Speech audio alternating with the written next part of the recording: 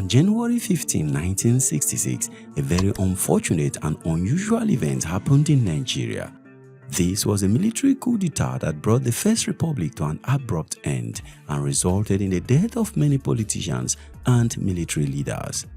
The next day, Major General Johnson Thomas Aguiyi-Ironsi, the commanding officer of the Nigerian Army, assumed power as the first military head of state. But about 6 months into his regime, Ironsi made some mistakes that led to a violent reprisal that ended his life and his regime. We will examine Ironsi's regime and his mistakes in this edition of Hisple Media. Gabriel here. But first, Major General Johnson Thomas Aguiyi-Ironsi was born on the 3rd of March 1924 in Umuahia, then southern region of British Nigeria.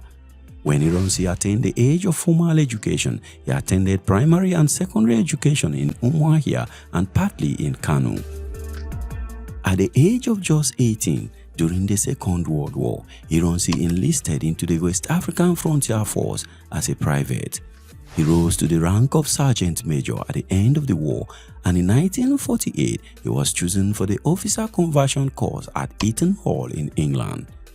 When Ironsi completed the course in 1949, he was promoted to the rank of Second Lieutenant. Thereafter, Ironsi was posted to the Ordnance Depot in Lagos and was later converted to an infantry regiment. Upon his conversion, he was promoted to the rank of lieutenant and posted to serve as ADC to the Governor General, Sir John McPherson.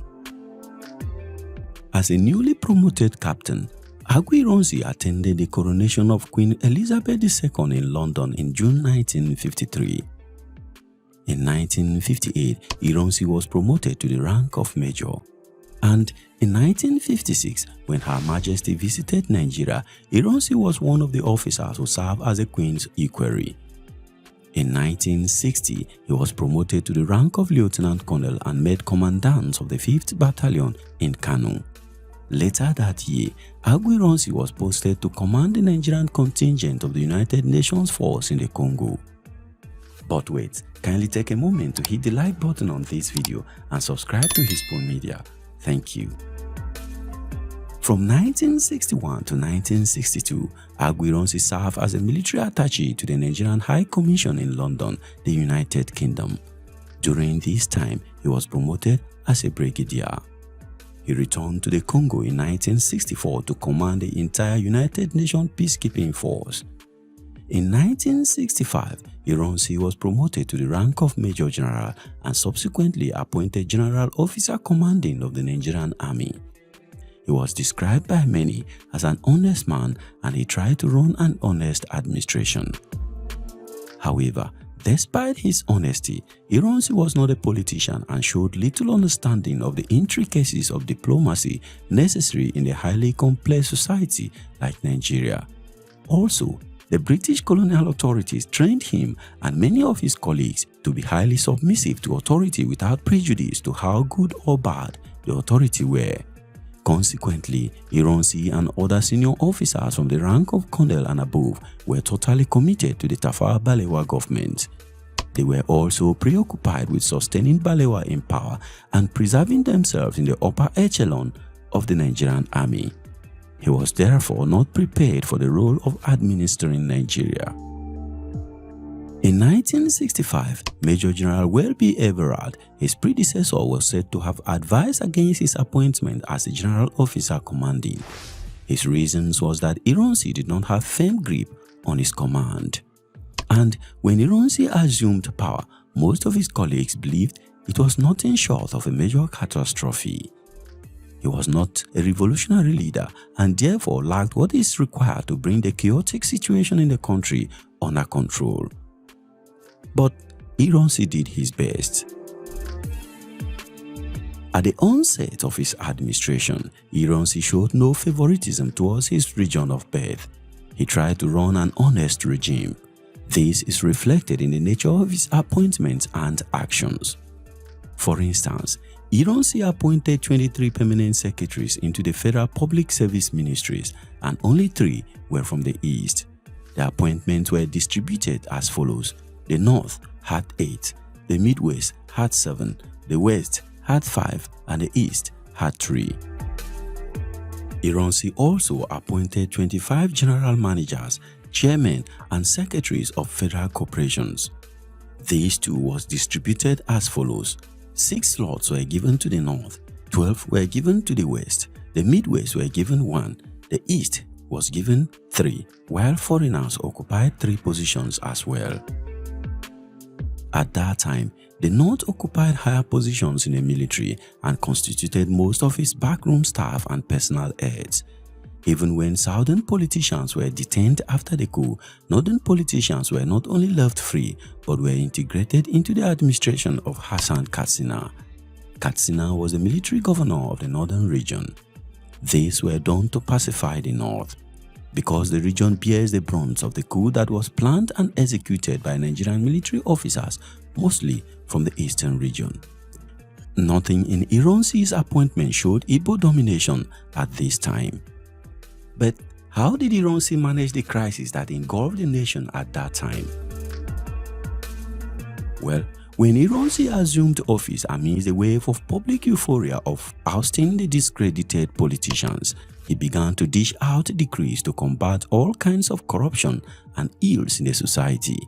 One of such decrees prescribed death sentence or capital punishment for marijuana growers. As alluded to earlier, under another decree on national security, 17 politicians in the west and 7 in the east were detained. Remarkably, politicians were not detained in the north, and some of them were later fingered as principal actors behind the civil unrest in May and September of the year.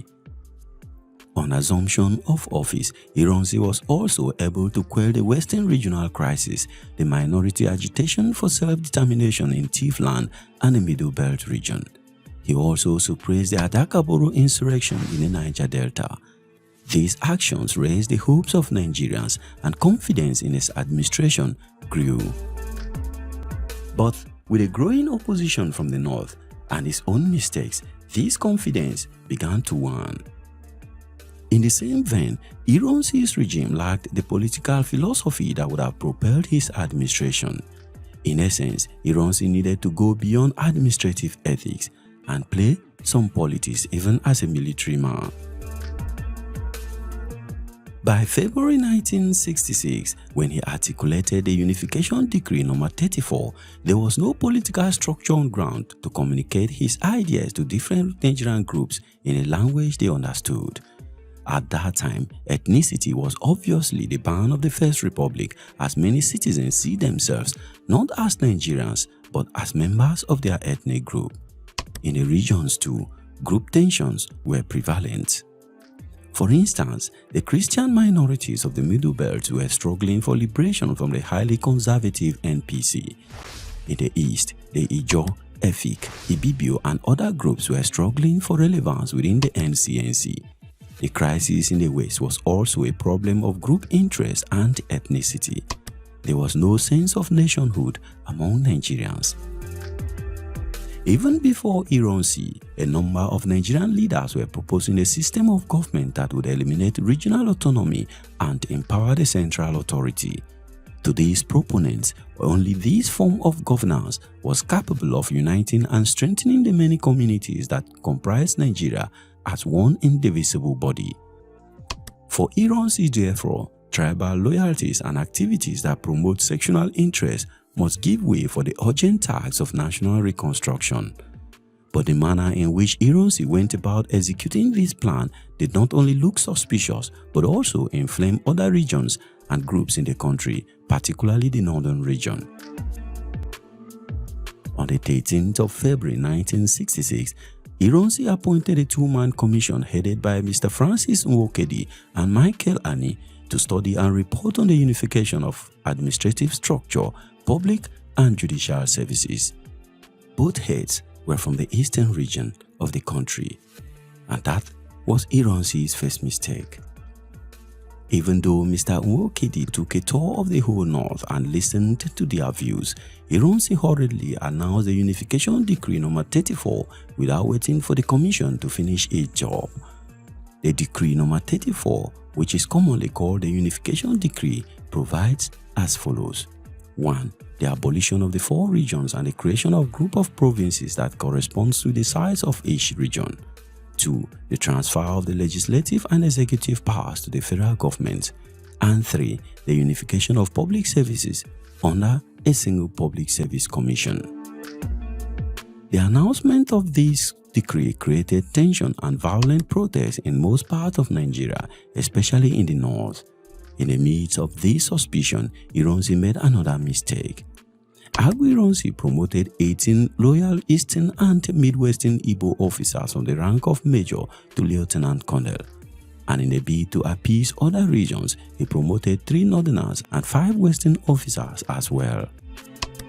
It became worrisome that Ironsi, who had been campaigning against tribalism, was now applying tribal solutions to the problems facing the country. Meanwhile, though many people hold the view that the Unification Decree was what could have salvaged the fortunes of the country in a period, others believe the decree was a big blunder. Notwithstanding, the momentum created by Ironsi and his governors seemed to have stretched them administratively that they could not pause to look deeper than the surface reaction of the masses, especially from the north. As early as the end of February, there began a gradual change in the mood of the north.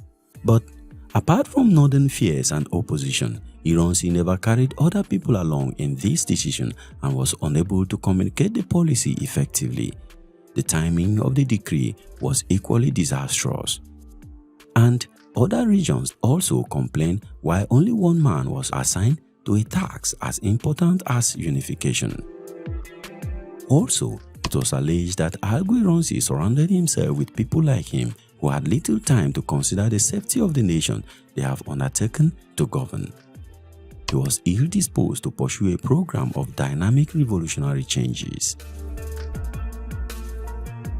Aguiyi-Ironsi equally could not understand how to successfully handle the many problems posed by the chaotic situation in the country.